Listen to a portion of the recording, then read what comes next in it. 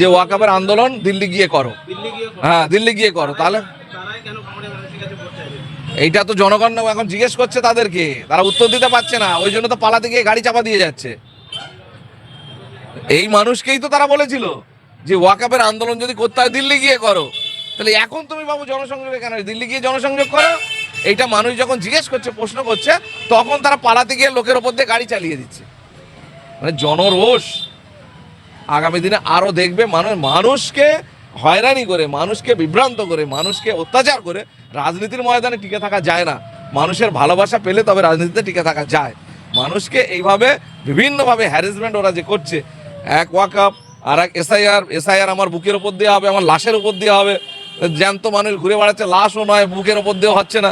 তাহলে এই মানুষের ওপর দিয়ে বুলডোজার চলছে। তাহলে তুমি কোন কথাটার মূল্য আছে, কোন কথার সঙ্গে ম্যাচিং আছে? কোনো কথার সঙ্গে বাস্তবে মিল নেই। সুতরাং ওদের কথা যত না বলা যায় তত ভালো। গতকালকের ঘটনায় আপনি কি মনে করছেন জনরোষের শিকার হয়েছে তৃণমূলে? 100 বার। রমজান মাসে গ্রামের মধ্যে গিয়ে আপনি মা মাসি তুলে গালিগালাজ দেবেন, গ্রামের মানুষ আপনার উপরে মানে ঘেরাও করেছে, এতে কে কি করতে পারে? জনগণ যদি খেপে যায়, সাধারণ মানুষ যদি মানে রেগে গিয়ে রাস্তায় নামে, তো আপনি কাকে ঠেকাবেন? আর সেই কাজ ওরা করছে। তো জনগণ রেগে যায়, খেপে যায়, এই কাজ ওরা প্রতিনিয়ত করছে, মানুষকে উস্কাচ্ছে গন্ডগোল করার জন্য প্রতিনিয়ত।